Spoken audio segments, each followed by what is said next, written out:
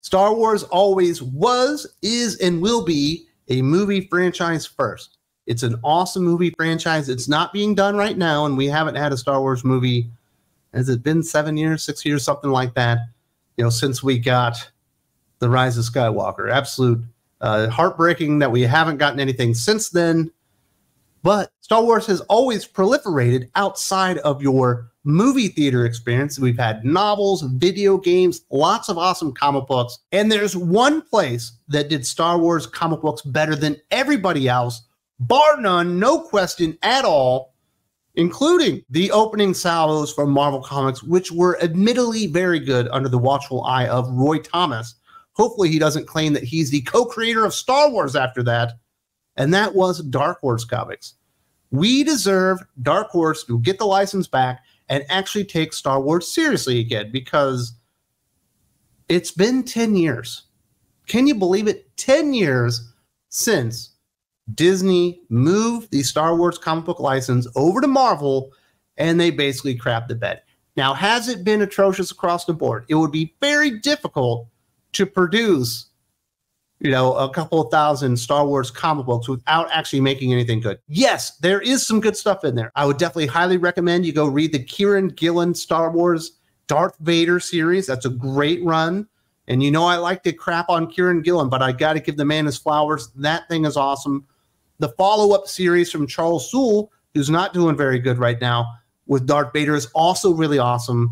And certainly Keiron Gillen and Jason Aaron, another writer I'm not completely fond of, did team up with a Star Wars Vader crossover called Vader Down, which is absolutely excellent.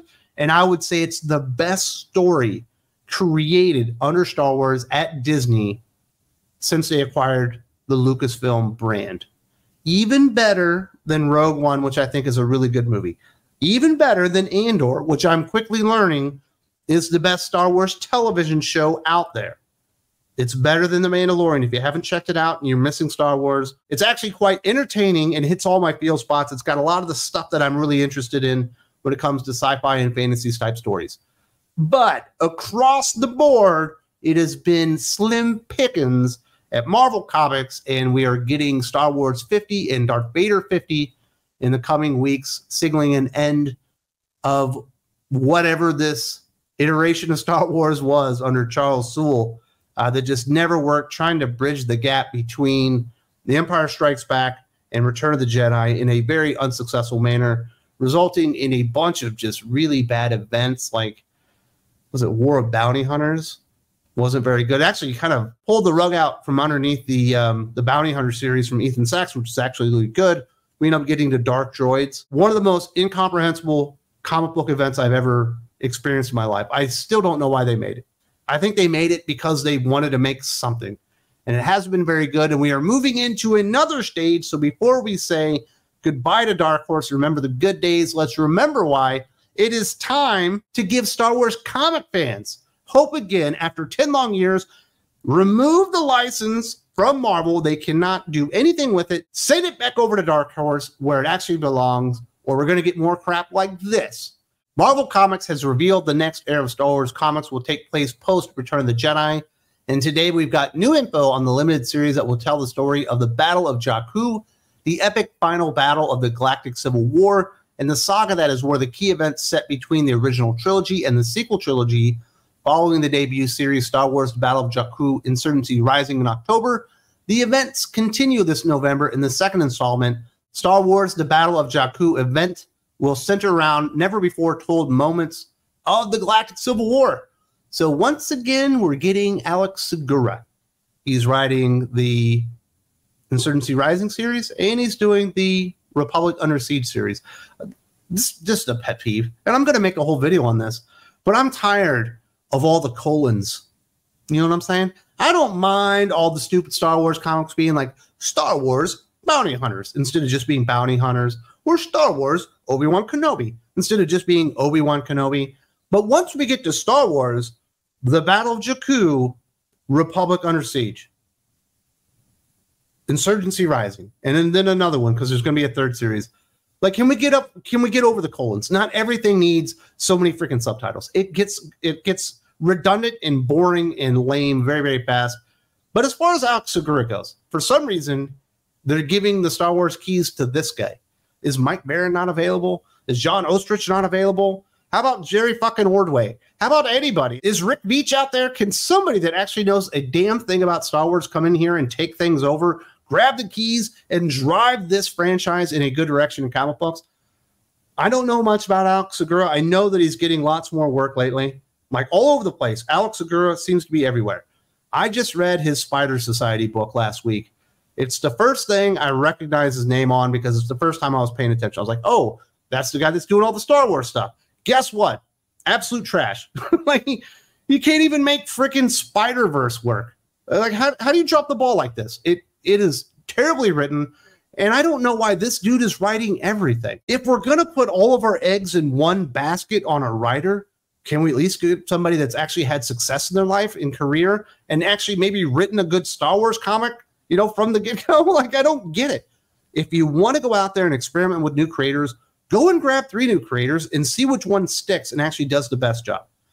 Putting the same dude on all 3 of them, what if he's not good? Which, by all accounts from Spider Society, he probably isn't very good. What if they just all suck? Now you've wasted 3 opportunities to make a name and establish somebody that Star Wars fans can actually count on and believe in when it comes to Star Wars comic books, because they put just a lot of really bad creators on the line. And it's just very, very frustrating. And I certainly, you know, I talked about this in an earlier video a couple months ago. I have yet to meet a Star Wars fan that's like, man, I just feel like there's so much uncharted territory between The Return of the Jedi and The Force Awakens. You know, I really want to bridge the gap between the most perfect sci-fi franchise of all time and the abomination that destroyed it. You know what I mean? Why are they going into this place? They need to find something that works a little bit better. I understand, you know, the High Republic did not work out for you. There's got to be something else. Then rather than just connecting this stuff, you know, people have seen the perfect follow-on stories from The Return of the Jedi. And they happened at Dark Horse, and they happened under Timothy Zahn in books and novels. You know, it's Luke turning to the dark side, coming back, the Thrawn trilogy, it's the Solo twins, and Luke getting married and reestablishing the Jedi Order and all that stuff. It's been fleshed out in total, and for some reason they decided to non-canonize all that shit, call it Legends, so they could make up bullshit like this that nobody's interested in. You know what I'm saying? It chaps my ass. That's the words. That's what I was searching for. It chaps my ass. My pale white cheeks can't take it no more, but we do have some details on this new series. Star Wars, The Battle of Jakku, Republic Under Siege #1 from Alex Segura. Luke Skywalker and a new friend find themselves cornered.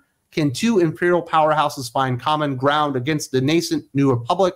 Where are Han and Chewbacca? And then in Star Wars Battle of Jakku, Republic Under Siege 2, Luke and Dr. Aphra join forces to fight off a surprise attack as the remaining Imperials plot their next attack. And I hope what I'm seeing, obviously it's not fully fleshed out and shown there, is not what I think I'm seeing. I really hope that the female X-Wing pilot, assumed X-Wing pilot, is not Mara Jade, or their new version of Mara Jade, because that would be depressing. You know, you had your chance to do Luke Skywalker correctly, and you fucking blew it in The Last Jedi. You will never get that opportunity back, and I can understand them getting here and be like, you know what? We need to throw Mara Jade in there. That's something people like, and maybe they'll like us for that.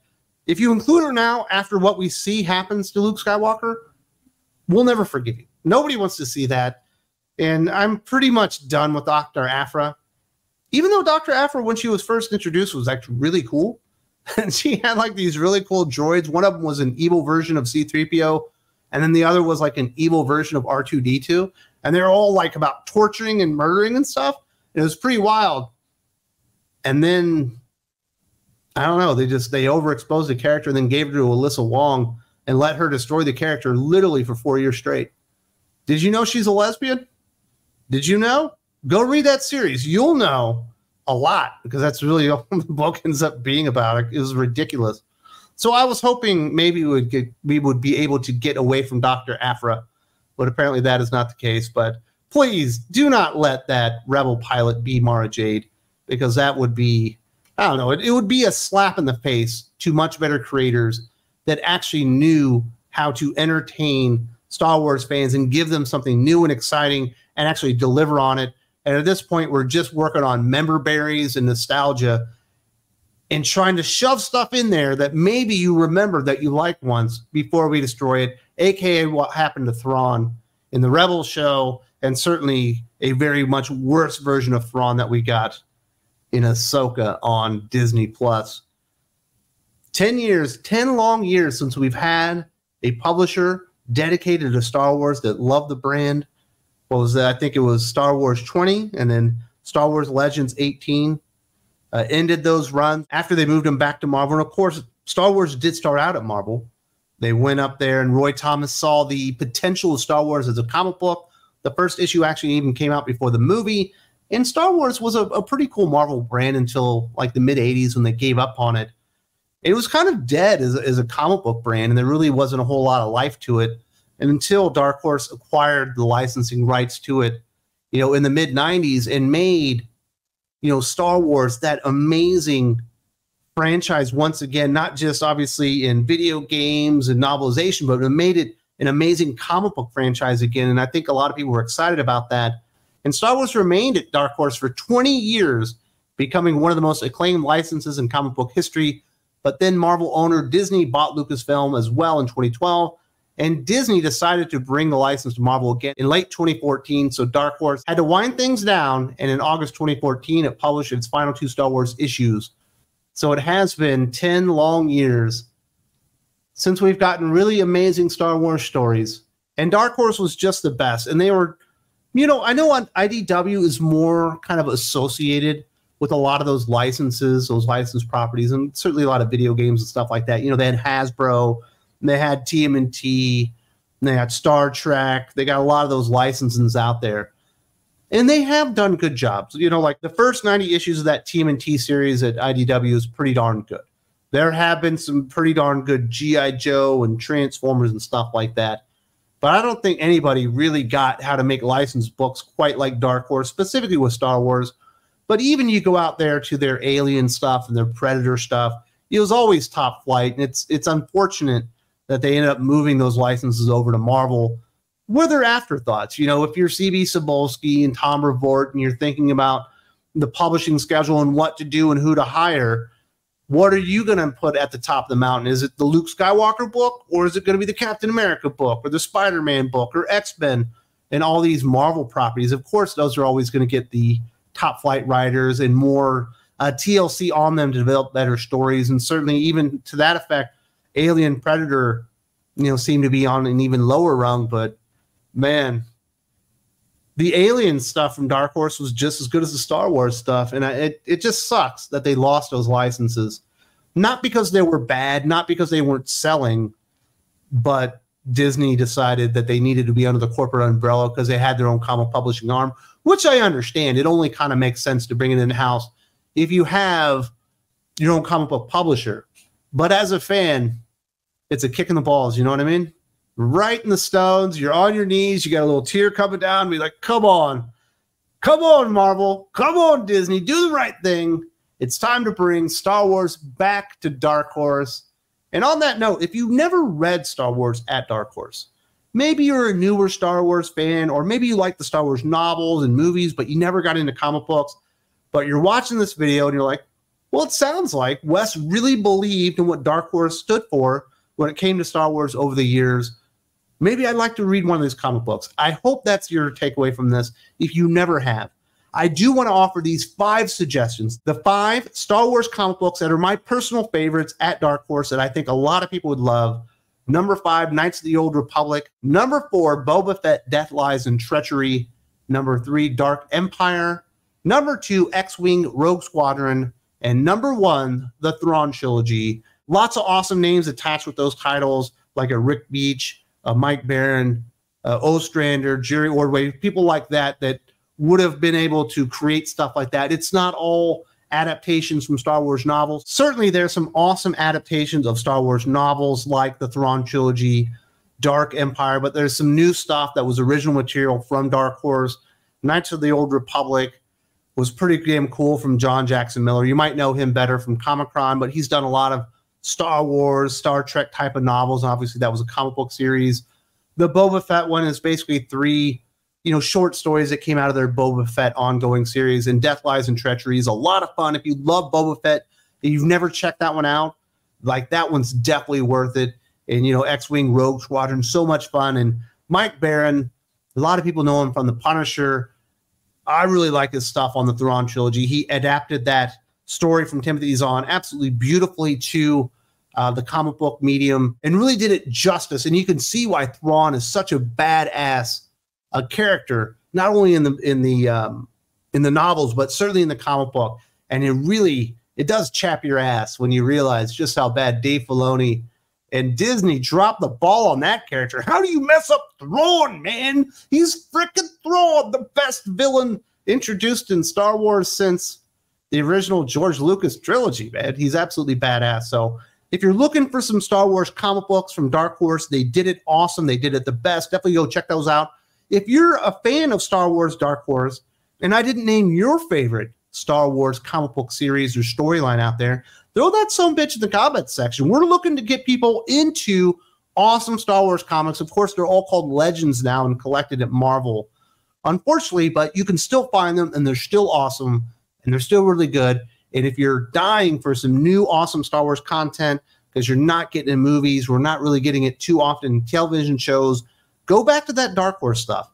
Go discover it, and I think your mind will be blown away because it's been 10 long years since we had any real hope as Star Wars comic book fans, and I hope you enjoyed this. If you like what we're doing here in these conversations about Star Wars, I must tell you, we talk about Star Wars a lot. Maybe not enough here on the channel, but certainly on the podcast on Think Critical Patreon. If you haven't checked that out and you would like to support us there, specifically the Geek Fix with Aaron Sparrow, we talk about Star Wars and Star Wars toys a lot. There's a link in the video description. I hope to see you there.